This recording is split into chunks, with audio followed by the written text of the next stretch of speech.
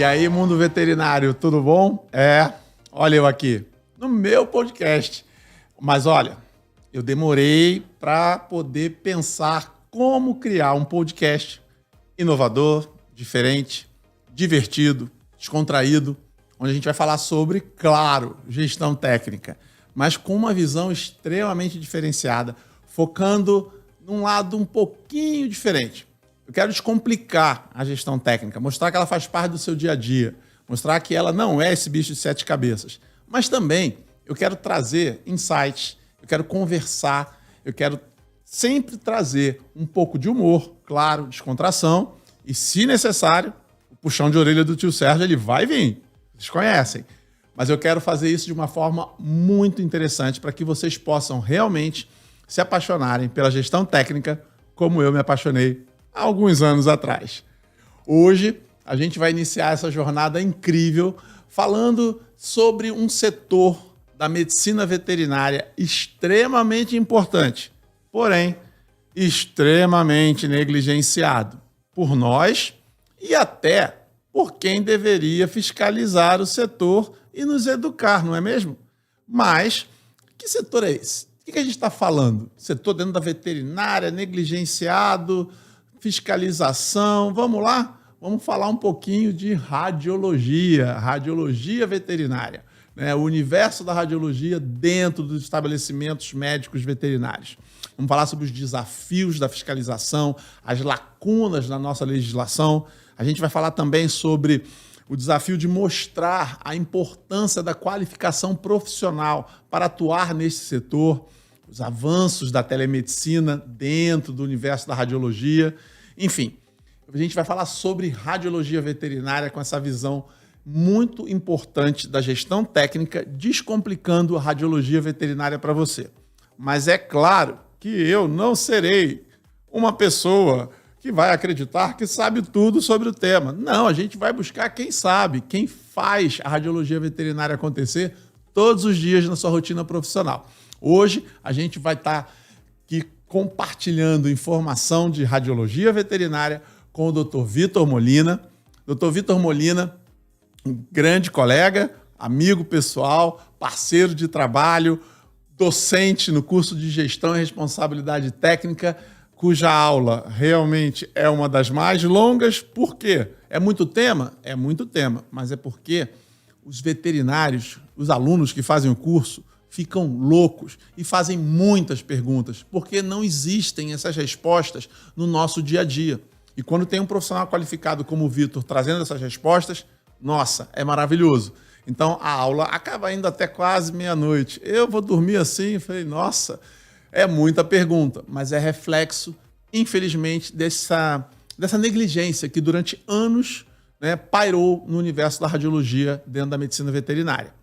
E o Dr. Vitor Molina, ele é vice-presidente da Associação Brasileira de Radiologia Veterinária, é diretor na Associação Brasileira de Gestão Técnica em Medicina Veterinária e está aqui com a gente hoje para participar desse primeiro podcast. Eu estou muito feliz. A gente vai começar já com um tema pesado, radiologia, mas é pesado porque você desconhece, porque quando você conhece, amiguinho, fica muito leve e muito mais fácil.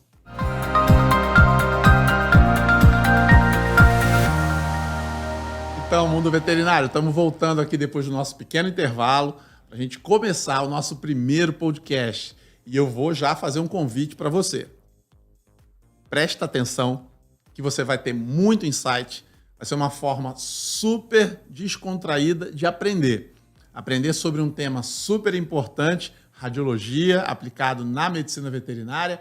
E você vai ter a chance de conversar com o Dr. Vitor Molina, tirar suas dúvidas, e a gente quer aqui fazer uma apresentação que possa ser realmente descomplicando a radiologia veterinária e mostrando a importância dela. Vitor, bem-vindo ao nosso podcast, né, onde a gente vai fazer prosa de gestão técnica, pessoas e a medicina veterinária como um todo. Oi, Sérgio, boa tarde. Boa tarde, pessoal. Tudo bem com vocês?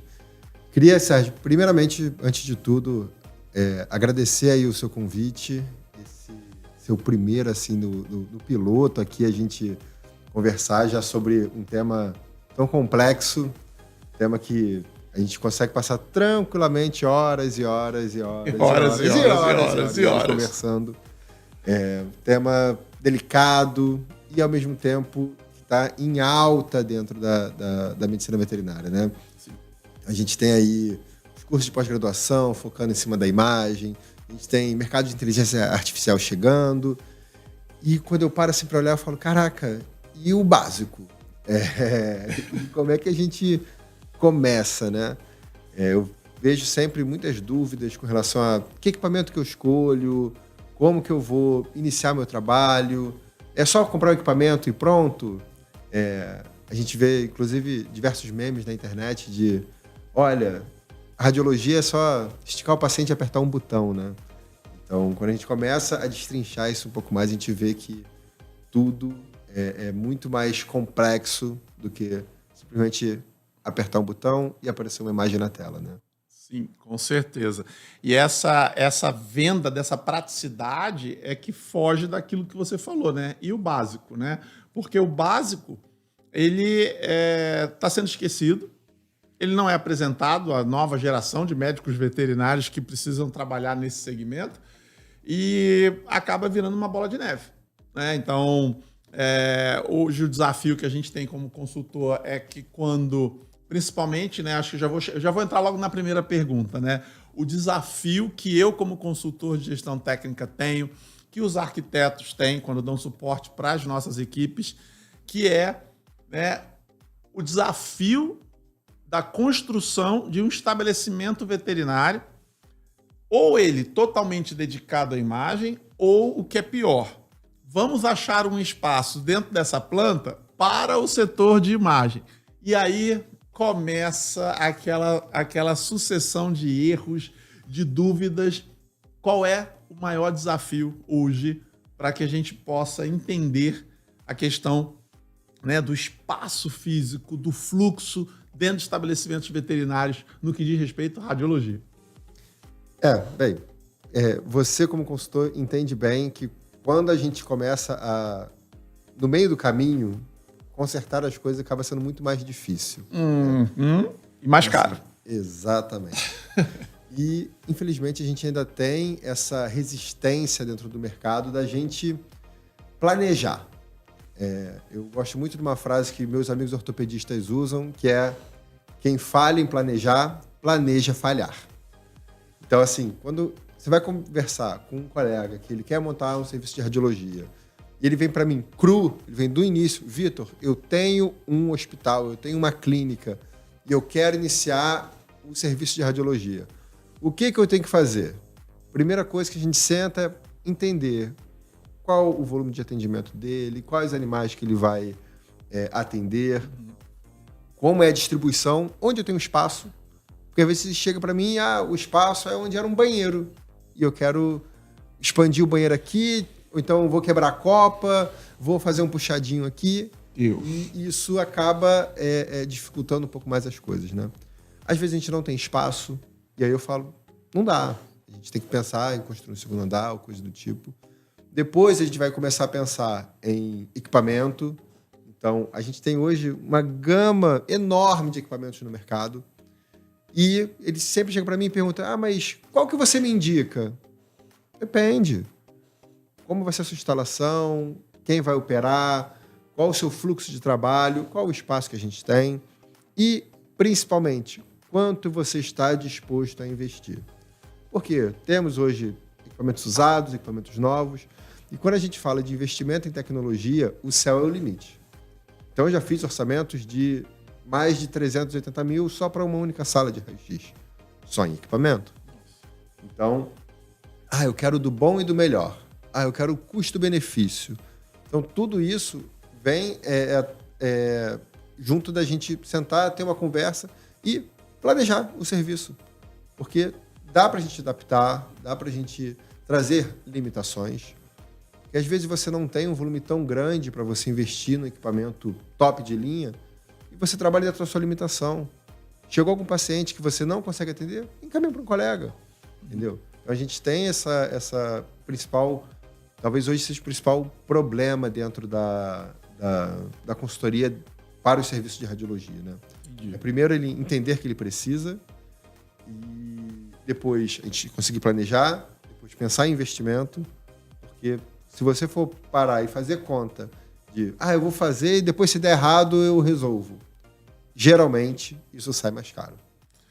Muito mais caro, muito mais caro. Eu falo isso porque as planilhas chegam para mim e às vezes eu vejo, cara, vai ter que trocar o piso todo, vai ter que quebrar, vai ter que, né, esse banheiro não tava, né, não cabe, e aí você já comprou o aparelho e vai colocar onde, né? É complicado, assim.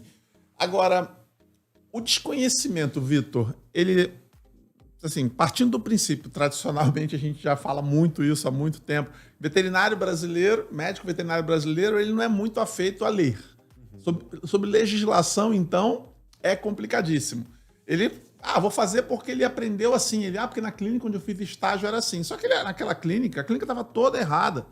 Mas funcionava. Sim, mas estava errada. Então o erro vai se perpetuando. E aí a gente fala, bem, onde é que eu vou aprender a legislação? Né? Então, assim, a gente sabe que existem falhas, né, na legislação sobre radiologia, porque essa é a nossa grande briga, né? As legislações médico-veterinárias não existem com um poder tão forte assim e com uma anterioridade também que garanta esse tipo de inserção desses itens dentro de um roteiro de fiscalização por parte da vigilância sanitária.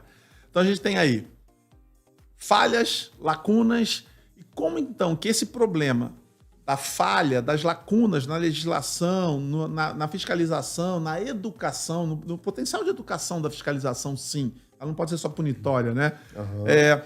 Como é que isso afeta, né, o desempenho, a performance do setor de radiologia veterinária no Brasil?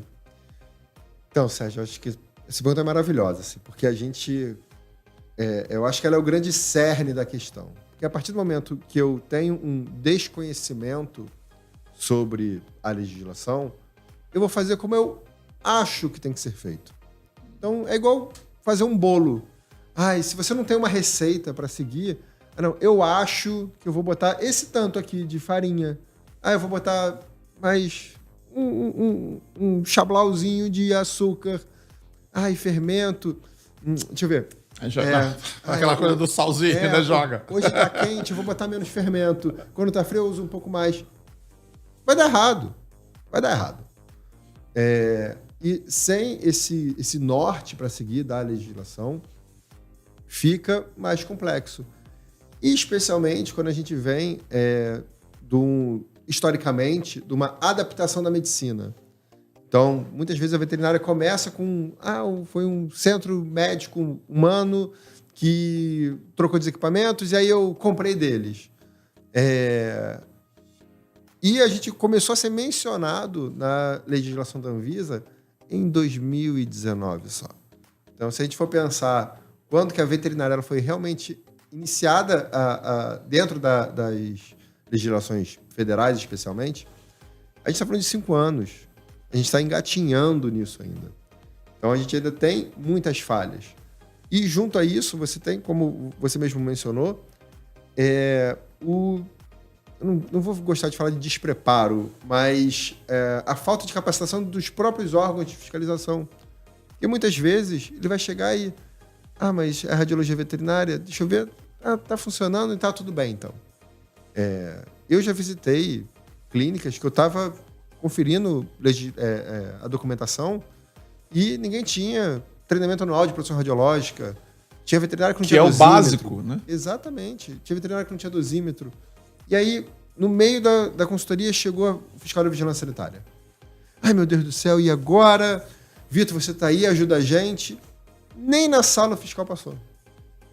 Foi olhar copa, foi olhar resíduo, e acabou, e foi embora.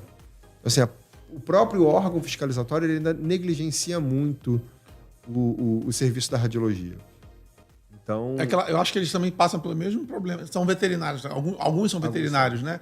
E aí aquela coisa assim, o que eu não domino eu abomino, então eu não vou lá dentro, porque eu não sei o que eu vou cobrar. Porque essa legislação é tão recente assim, que falha é essa que está no treinamento da fiscalização para que o seu fiscal ele nem foi na sala. Eu já passei por situações em que eu estava dando consultoria, o fiscal entrou, né? E eu já tinha acabado de falar, a sua sala está toda errada. E o fiscal entrar, tá tudo ok. a minha cara foi no chão, né? Então, quem está mentindo? Quem é o errado? Sou eu ou o fiscal? E eu digo, é o que eu falo assim, mas eu deixo bem claro para os meus clientes, falo isso nas minhas lives, nos meus textos, eu não trabalho para fiscal. Exatamente. Eu trabalho para legislação.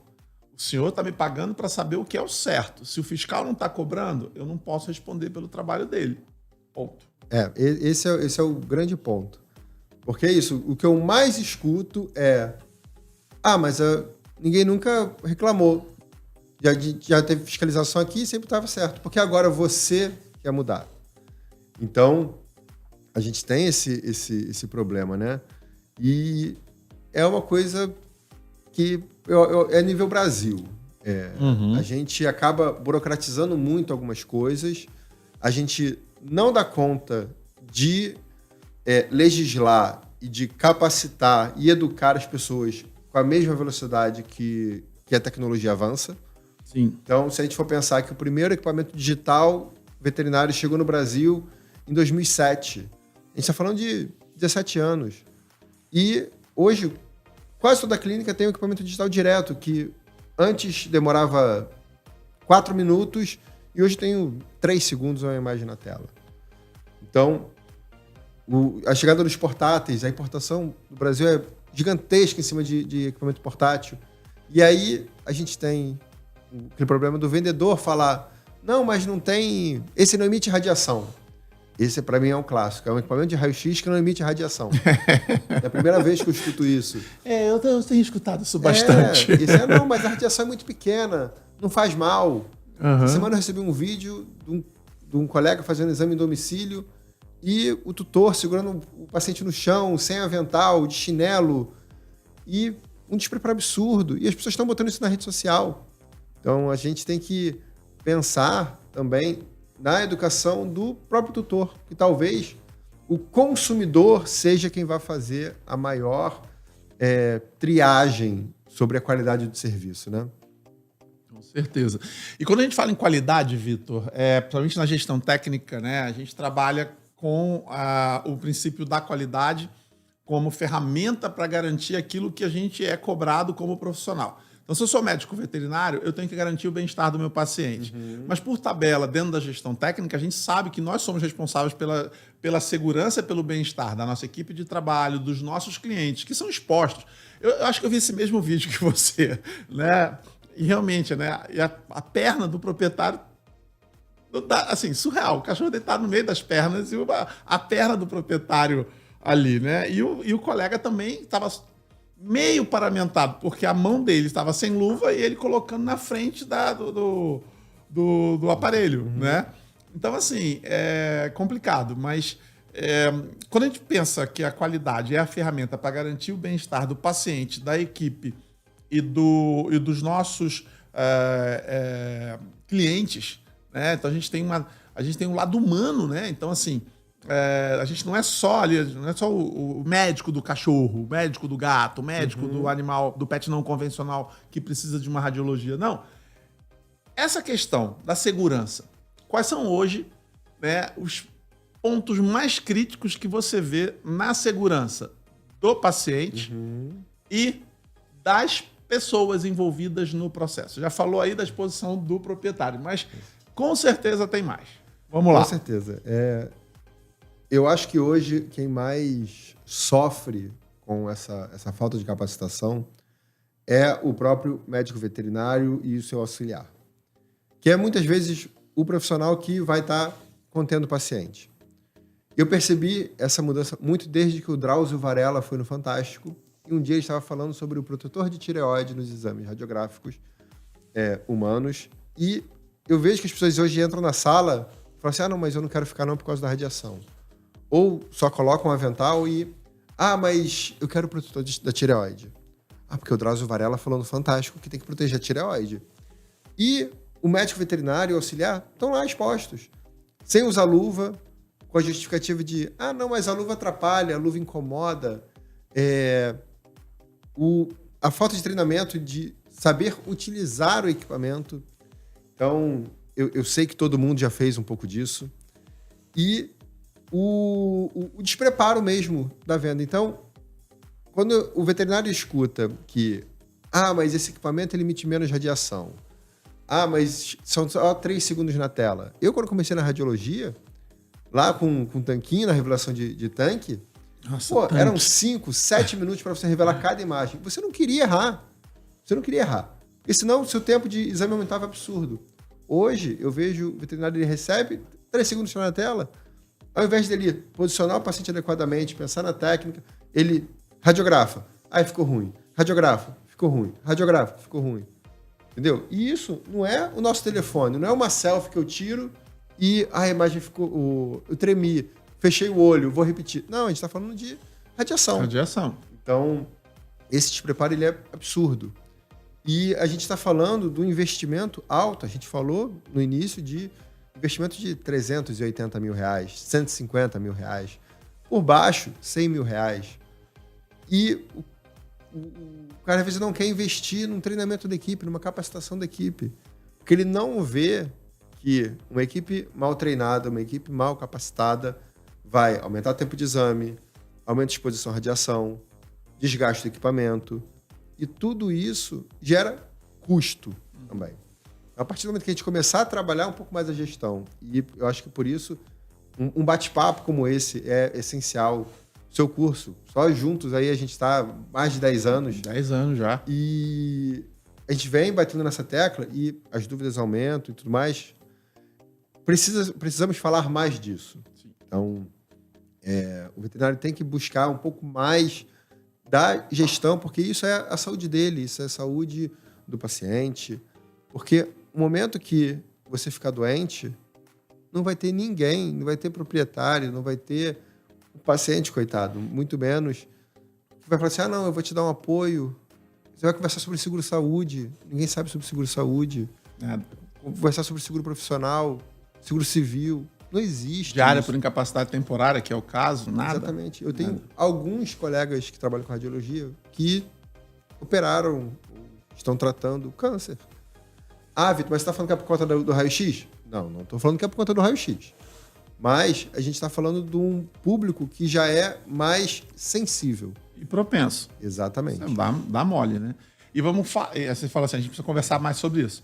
A gente vai conversar mais sobre isso daqui a pouquinho, no nosso próximo bloco. Vamos falar sobre a formação, a educação continuada para que você saia dessa cegueira, tá? Em gestão técnica, cegueira em radiologia, tá bom? Daqui a pouquinho, depois do intervalo.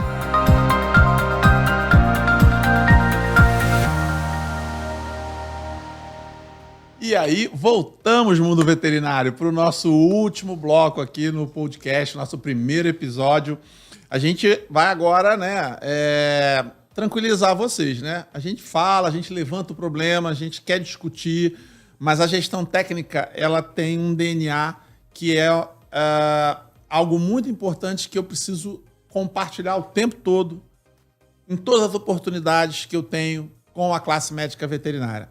A gestão técnica transforma, e transforma através da educação e não da punição.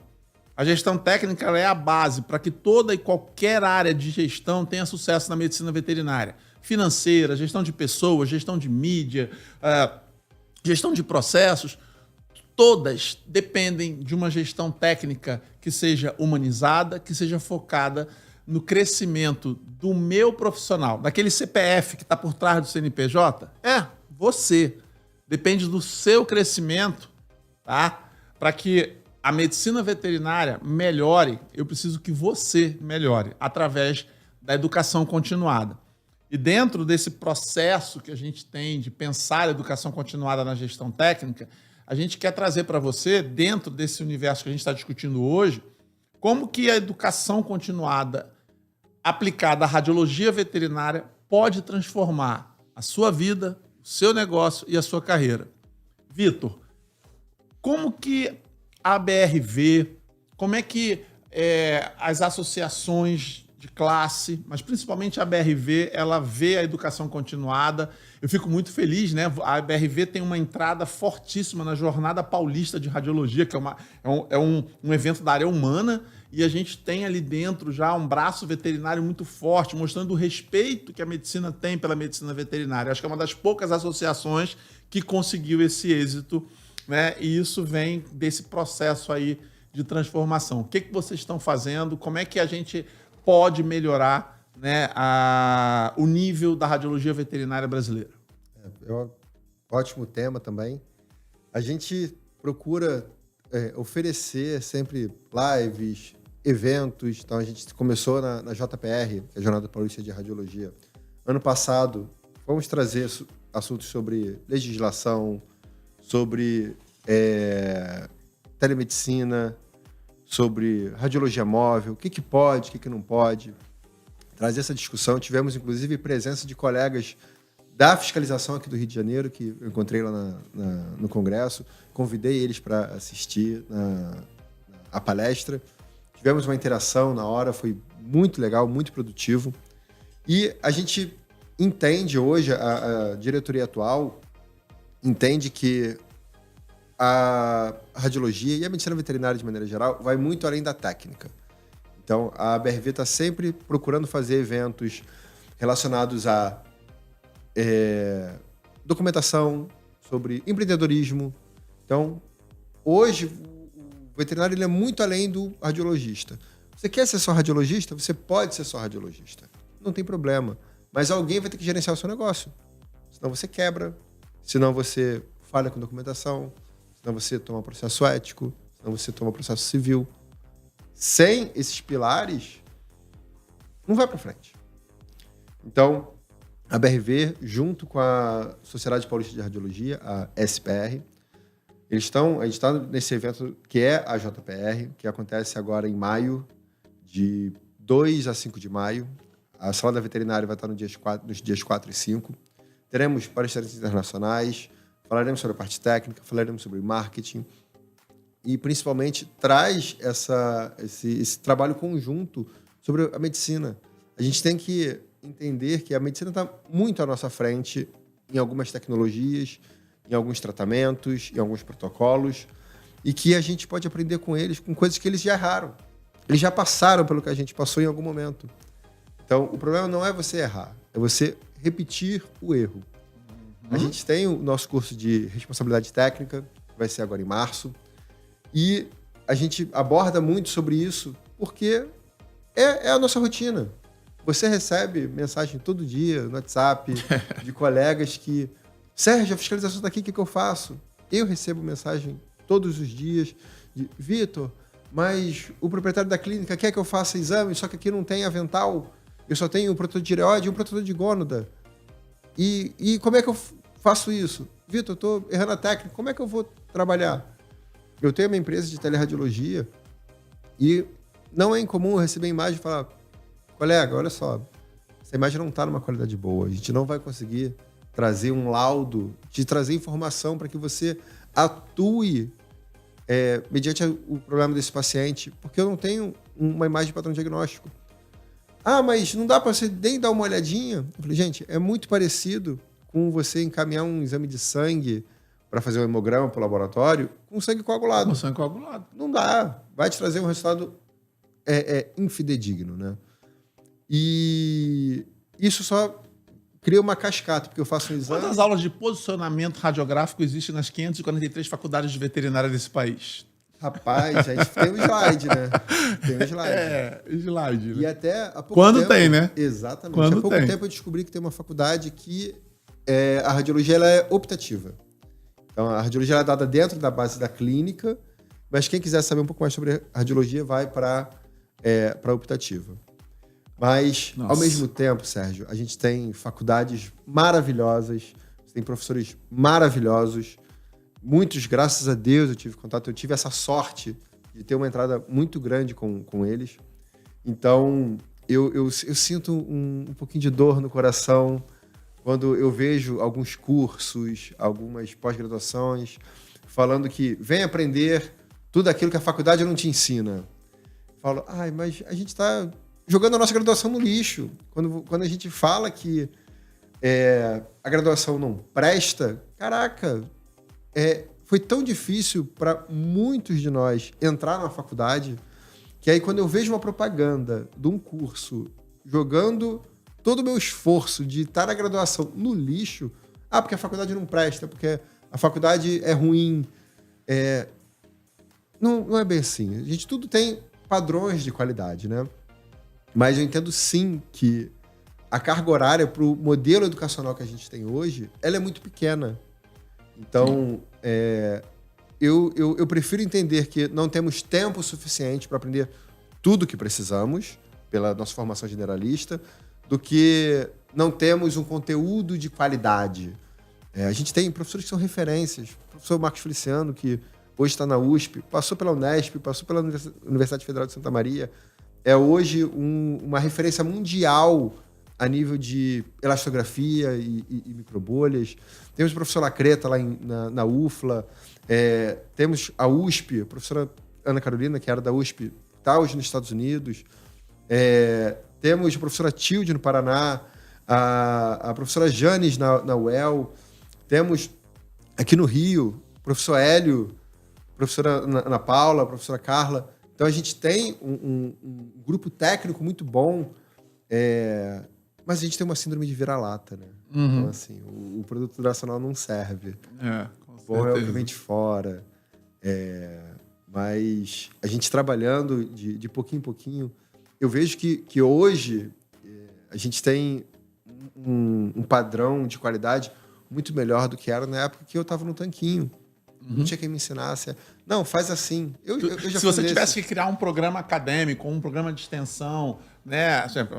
Você dá aula comigo há 10 anos no curso, né? Você tem que, num dia, abordar uma quantidade de informação muito grande. Né? E a gente acaba vendo que é uma demanda gigantesca, tanto que é a aula que mais demora, porque justamente o número de perguntas é enorme e os comentários também, tipo, meu Deus, estou morta. Meu Deus, morri de tanta radiação. E não sei o quê. Vitor, socorro. Sérgio, socorro. Ok. Mas se você fosse citar 3... Você como docente fosse criar, eu quero 3 programas, quais seriam as 3 áreas mais importantes que você abordaria na educação continuada para a radiologia veterinária? Que hoje o médico veterinário... eu quero seguir para essa área... Vou lá procurar a faculdade do Vitor, porque o Vitor tem esses 3 programas. Que seria o quê? Segurança? Posicionamento? O que seria? Eu focaria muito em gestão. Tem que vender nosso peixe. Tem que vender. Não, mas, a gestão é nosso DNA, né? Não tem como. Exatamente. E eu percebi o quanto... Eu venho aprendendo com o tempo o quanto a gestão faz diferença, né? Então, tem que focar em gestão. O que é gestão? Sobre compra, sobre precificação, sobre documentação, sobre gestão de pessoas, tá? Então, gestão seria talvez um dos principais pilares. Trabalharia depois técnica e proteção, radioproteção, né, no caso. Tentaria trazer amigos da física médica, amigos da tecnólogos em radiologia, para conversar um pouco sobre isso. E depois eu abordaria a parte técnica em si. Seria o maior conteúdo, porque a gente tem muita coisa para falar, mas eu acho que esses 3 pilares são fundamentais para a gente ter dentro de um programa. Mas, infelizmente, não dá tempo. Sim. Hoje, a não ser que eu separasse a medicina veterinária, como às vezes acontece em faculdade americana, que você tem o Animal Science, né, a parte básica, e depois você vai para a parte profissional e separa grandes animais, alimentos... pequenos animais, eu acho que talvez esse fosse um caminho a se pensar. Sim. Que com certeza faria muita diferença no nosso mercado de trabalho. A educação transforma, né? A educação, ela tem esse poder transformador mesmo e mais do que transformar, acho que a educação também, ela incomoda. E ela tem que incomodar cada um de nós. A gente não pode achar que a gente sabe tudo, a gente tem que estar sempre aprendendo, né? A gente tem que buscar conhecimento, sabe? Acho que a pessoa que parar de buscar conhecimento, ela aposentou em vida a própria energia vital dela, né? Então, e Vitor, assim, lembrando a você que está assistindo o Mundo Veterinário, né? A diferença desse podcast é que aqui a gente quer sempre trazer profissionais que contribuam realmente para esse momento de transformação e educação dentro da medicina veterinária que a gente está vivendo e que a gente quer que se fortaleça, mas justamente quem me conhece sabe o quanto eu dou valor aos meus colegas, às pessoas que convivem comigo, as minhas relações, e por isso que a gente tem ali a palavra prosa, né? Conversa, a gente quer falar sobre pessoas, né? E agora, nesse momento, a gente está chegando no momento prosa. A finalização do nosso encontro aqui é a parte da descontração. Eu vou falar 3 palavras que representam muito o Vitor, né? Como pessoa, e a gente vai conversar sobre isso. Eu vou falar as 3 palavras e ele vai falar alguma coisa a respeito disso. A primeira é a mais importante, né? Eu brinco muito com ele, né? Online. Vou pedir a palavra mais importante para ele hoje. Valentina. É meu ponto fraco, né? Minha filhota, para mim, é a coisa mais maravilhosa do mundo. Filha, papai te ama. Vou estar com ela amanhã. Eu acho que esse foi um ponto-chave na minha mudança de postura, de maturidade. Acho que ter filho é bom demais. Dá trabalho pra cacete. É caro, mas é maravilhoso. Você faz o tio Sérgio ter que ficar fazendo calendário extra. Isso. Tipo, Vitor, você tá onde? Você tá com a Valentina de quando a quando? Porque aí no período que ele tá com a Valentina, não tem mais... Gente, é Valentina. Você tem que respeitar. É isso. Eu que faço o calendário anual dela, eu distribuo minhas datas a partir dos finais de semana que eu tô com ela. Ah, Vitor, mas tem pra você uma viagem pro Congresso Internacional... É no meu final de semana? Não, desculpa, não dá para ir. A prioridade é outra. Já recusei chance de ir para a Austrália, de ir para a Arábia Saudita. E não dá. Eu tenho que estar perto. Por isso que eu comecei logo, a primeira palavra foi Valentina. A segunda, já que você falou da Arábia Saudita, já que você falou, né, de Austrália, vou falar de um tema que a gente a gente gosta, né? Tipo, recentemente, vai fazer domingo? Nada. Vamos pegar o carro, vamos para ti. Vamos. Viagens. Isso. O que representa para você? Me representa viajar é o que mostra o quanto eu sou pobre de dinheiro. Porque se eu pudesse, eu estava viajando o tempo inteiro. Acho que quando você vai conhecer um lugar novo, você conhece gente nova, você conhece uma cultura nova. E essa semana eu li uma frase, Sérgio, num livro que eu acho que eu vou botar na minha lápide o dia que eu morrer. Que é: todo mundo é meu mestre em alguma coisa. E eu percebo, isso para mim é muito claro quando eu viajo. Porque você chega num lugar e você, às vezes, tem alguma dificuldade para falar a língua e a pessoa ela te dá atenção, ela quer tentar se comunicar com você, e aí você aprende a comer um prato novo, você aprende um gosto novo, você aprende que o que você come aqui em casa pode ser feito de uma outra maneira, e você pode gostar mais ou não, mas é tudo muito novo. Então, assim, a gente vive numa bolha, e estourar essa bolha e conhecer coisas novas, você volta você volta diferente. Sim, com certeza. São aromas, sabores, e falando em aromas e sabores diferentes, vamos falar daquilo que une muito a nossa amizade, que é o velho e bom café. Que bom que chegou nesse pedaço. Né? Vitor, café por Vitor. Cara, eu era uma pessoa que eu não gostava muito de café, até a pandemia. Na pandemia, eu engordei muito, me alimentava mal, e eu voltei a conversar com um amigo de escola que estava montando uma torrefação, trabalhava com café especial, e, pô, eu sempre gosto de apoiar os meus, né? E eu falei assim, pô, Serginho, então vou comprar um café com você. E, cara, eu mudei completamente meu paladar pro café.